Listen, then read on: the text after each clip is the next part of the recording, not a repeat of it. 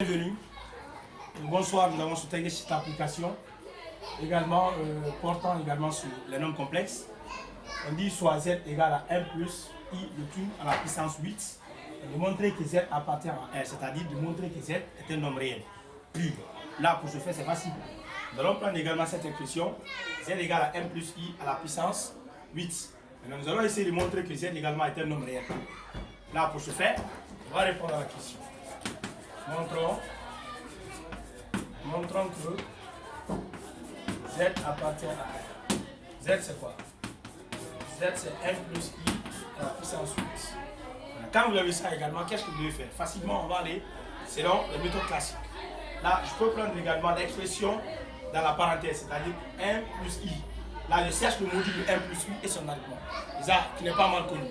Là, ici, on sait que le module de 1 plus i également égale à la racine de 1.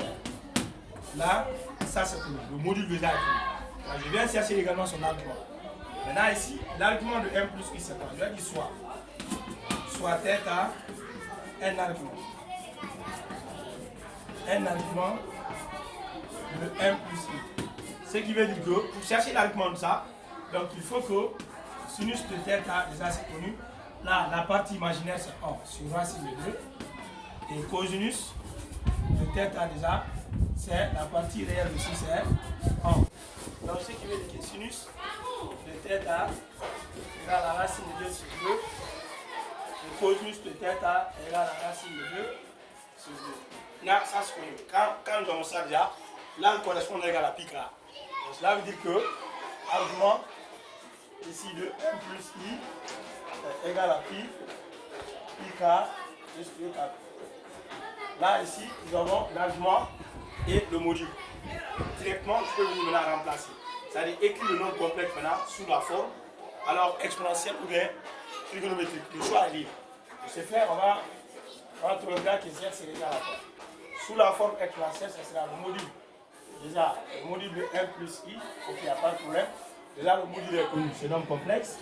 C'est-à-dire, on va dire ici racine de 2 multiplié par i.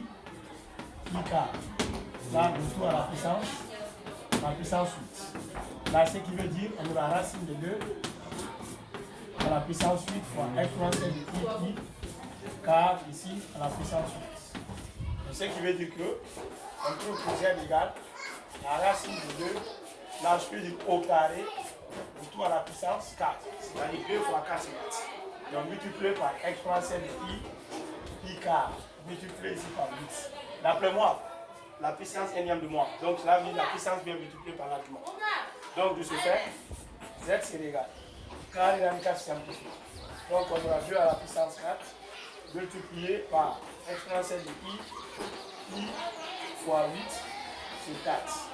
Donc on aura z c'est égal à 2 à la puissance 4 fois 4 vont simplifier. On va rechercher c'est 2 pi. I 2 pi.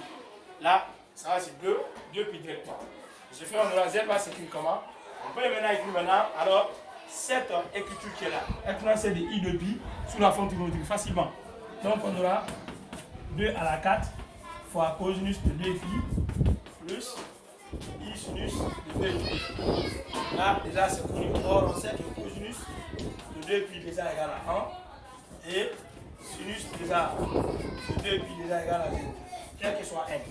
Donc ce qui veut dire que z c'est égal à 2 à la puissance 4 fois 1. Regarde, celui-là égale à 0. Donc égal à combien? 2 à la puissance 4. C'est égal à 16. Donc z égale à 16. Z égale à 16. Ceci montre également que, alors 1 plus i à la puissance 8 est un nombre réel pur. On va dire, ceci montre que z appartient à R. Merci.